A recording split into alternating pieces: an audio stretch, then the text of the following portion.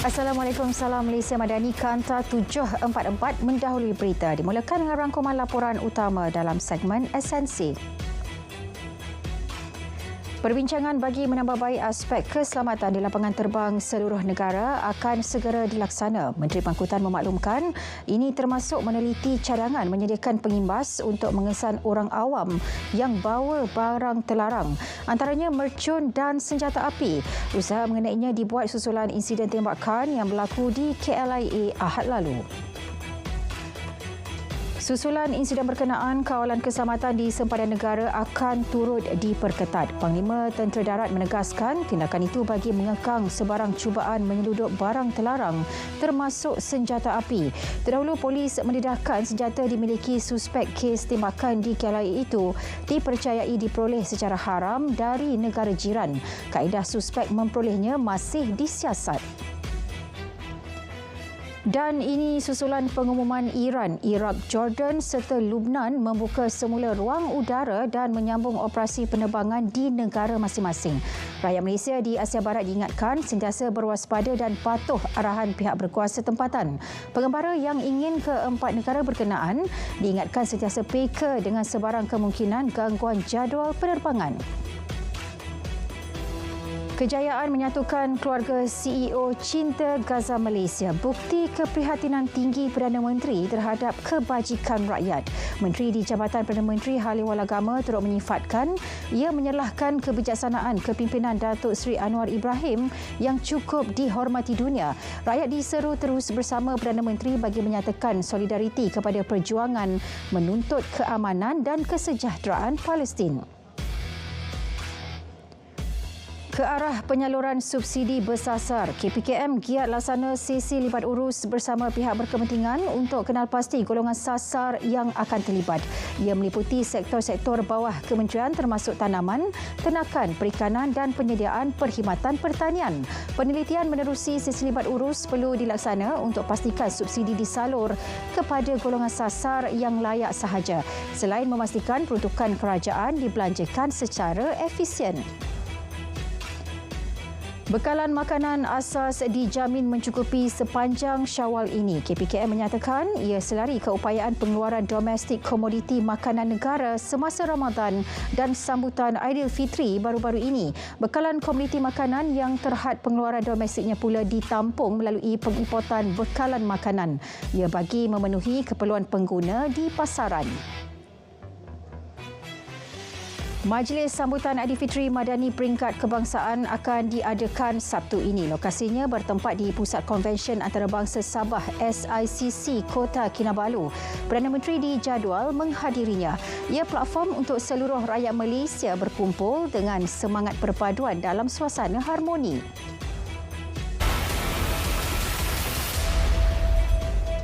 Paras air di beberapa lokasi terjejas banjir di Selangor mulai surut. Bomba Selangor menyatakan tiada penduduk di lokasi terkesan dipindahkan.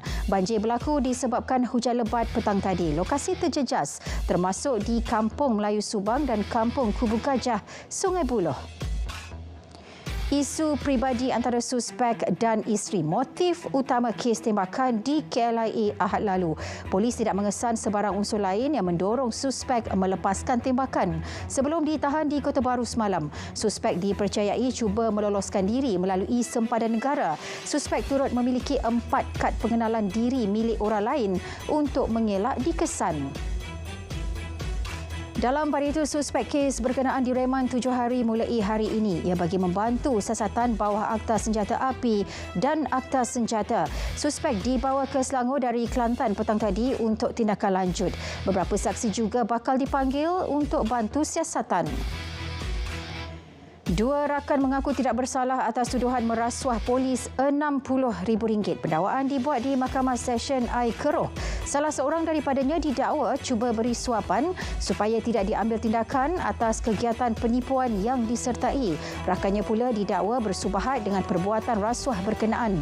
Masing-masing tertuduh dibenar diikat jamin RM40,000 dan RM30,000 seorang.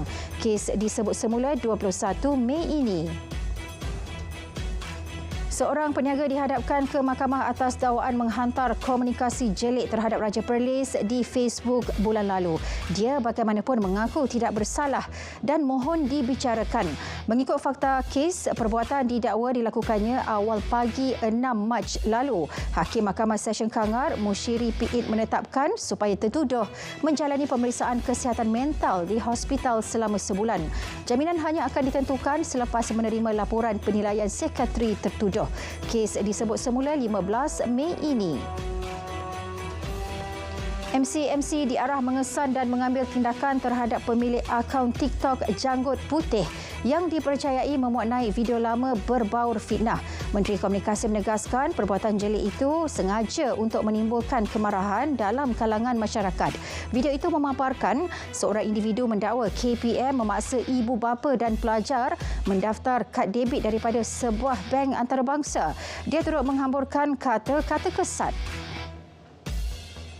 Dalam pada itu, MC bakal memanggil 3 pemilik akaun media sosial untuk rakaman percakapan esok. Ia susulan aduan berkenaan kandungan yang dimuat naik di Syaki melanggar peruntukan di bawah Akta Komunikasi dan Multimedia 1998. Individu terlibat termasuk Cikgu Bad, Salim Iskandar dan Papa Gomo. 3 penunggang motosikal maut manakala 3 lagi cedera parah akibat berlanggar sesama sendiri dalam kemalangan membabitkan 6 motosikal dan sebuah kereta. Nahas berlaku di kilometer 9.9 Lebuh Raya Ketereh, Kota Baru tengah malam tadi. Menurut Ketua Polis Daerah Kota Baru, semua mangsa penunggang motosikal berumur 19 hingga 21 tahun. Kes disiasat di bawah Akta Pengangkutan Jalan 1987. 359 kes kemalangan direkodkan di Terengganu sepanjang Ops Selamat Sempena Aidilfitri bermula 8 hingga 13 April lalu. 7 daripadanya melibatkan kemalangan maut. Ketua Polis Terengganu memaklumkan lebih 9,000 saman dengan nilai keseluruhan RM20,000 dikeluarkan sepanjang tempoh berkenaan. Sebahagian besarnya membabitkan kesalahan memandu melebihi had laju, potong barisan dan langgar lampu isyarat merah. Sarawak turut merekodkan 7 kes kemalangan maut sepanjang OP berkenaan. Dalam tempoh tersebut, keseluruhan 354 kes kemalangan dicatat. Jumlah itu meningkat berbanding 325 kes yang dicatat pada OP Selamat Sempena Aidilfitri tahun lepas. Pesuruhjaya Polis Selangor memaklumkan peningkatan berlaku disebabkan kecuaian dan kelalaian pemandu yang gagal kawal kenderaan. Faktor lain termasuk jalan berlubang dan bentuk muka bumi. Kerajaan Johor mencadangkan pelaksanaan projek sistem aliran transit automasi bertingkat bagi mengatasi kesesakan trafik di negeri itu. Cadangan tersebut sudah disampaikan kepada Kerajaan Persekutuan untuk diperhalusi. Menteri Besarnya berkata langkah itu juga bagi mendepani masalah kesesakan apabila sistem transit rapid RTS beroperasi pada penghujung 2026. Sementara itu, Johor negeri pertama memiliki perkhidmatan bas elektrik rentas sempadan Malaysia-Singapura. 60 unit bas elektrik disediakan dengan kapasiti 10,000 penumpang yang berulang-alik melalui Tambak Johor pada setiap jam. Handal Indah selaku operator turut menerima pengiktirafan Malaysia Book of Records atas penyediaan perkhidmatan bas elektrik rentas sempadan pertama di Malaysia. Projek pembinaan kolam selam tempur di Kem Iskandar Mersing telah siap lebih 90%.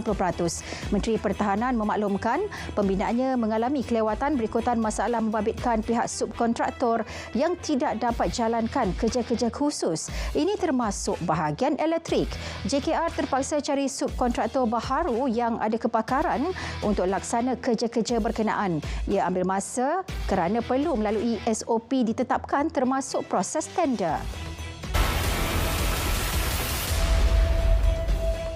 Inscan menyasarkan lebih untuk melatih 10,000 usahawan tahun ini. Menteri Pembangunan Usahawan dan Koperasi menyatakan fokus tertumpu kepada sektor perkhidmatan. Ini kerana kebanyakan usahawan mikro dan kecil terlibat dalam sektor berkenaan. Pelbagai program dirangka untuk pastikan sasaran tercapai. Penekanan diberi kepada penyediaan latihan dan bimbingan. Tahun lepas, 9,700 usahawan berjaya dilatih.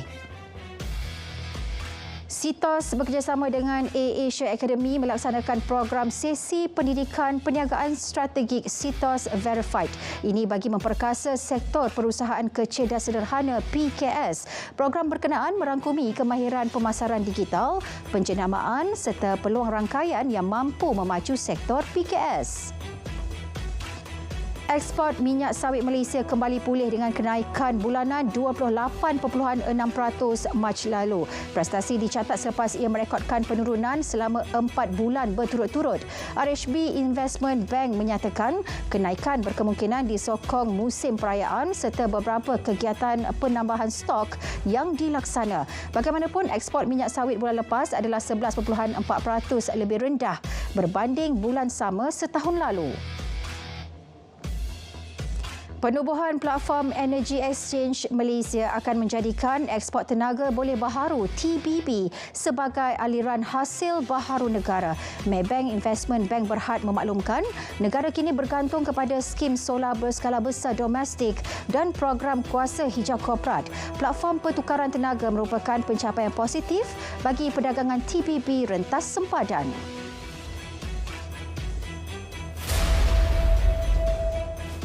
Jumlah kematian rakyat Palestin akibat serangan Israel meningkat kepada 33,843 orang. 46 daripadanya dilaporkan terbunuh dalam tempoh 24 jam lalu. Jumlah yang cedera juga meningkat kepada 76,575 orang. Serangan terbaru rejim Zionis di kamp pelarian Nusairat di tengah semenanjung Gaza turut mengorbankan 2 rakyat Palestin. 20 aktivis dari Malaysia akan menyertai pelayaran misi kemanusiaan Freedom Flotilla Coalition yang dijangka berlepas dari Istanbul, Turki pada hujung bulan ini. Misi disertai pengamal media, doktor dan aktivis kemanusiaan bertujuan menyampaikan bantuan kepada penduduk Gaza. Kesemua 3 kapal akan membawa keperluan mendesak seperti bantuan perubatan, pek makanan dan ambulans. Ketua Pengarah Agensi Tenaga Atom Antarabangsa IAEA, Rafael Grossi, bimbang dengan kemungkinan serangan Israel ke atas kemudahan nuklear Iran. Ini selepas Ketua Tentera Zionis berikrar tidak akan berdiam diri susulan tindak balas Iran Sabtu lalu. Fasiliti nuklear Iran ditutup sehari kemudian bagi tujuan keselamatan sebelum kembali dibuka semalam. Tehran menerima tekanan hebat negara barat yang mendakwa fasiliti yang terletak di Natanz itu bertujuan bagi membina bom nuklear. Sementara itu, pemimpin dunia berharap konflik Iran-Israel tidak akan berterusan. Menurut Presiden Korea Selatan, situasi ini mampu memberi kesan langsung kepada harga minyak antarabangsa, juga memberi impak besar kepada ekonomi dan rantaian bekalan negara itu. Selat Hormuz di Iran menjadi laluan untuk 60% minyak yang diimport oleh Korea Selatan. Seorang juruterbang dan 2 penumpang maut dalam nahas sebuah helikopter di selatan Mexico City. Menurut pihak berkuasa, helikopter pensenyara itu terhempas di atas sebuah bengkel membaiki kereta yang terletak berhampiran kampus sebuah universiti.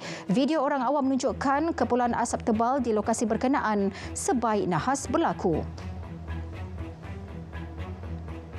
Sekian Kanta 744 dari Sungai ke Segara, Palestin. Pasti Merdeka. Saya Nurul Zahira Razi. Assalamualaikum. Salam Malaysia Madani.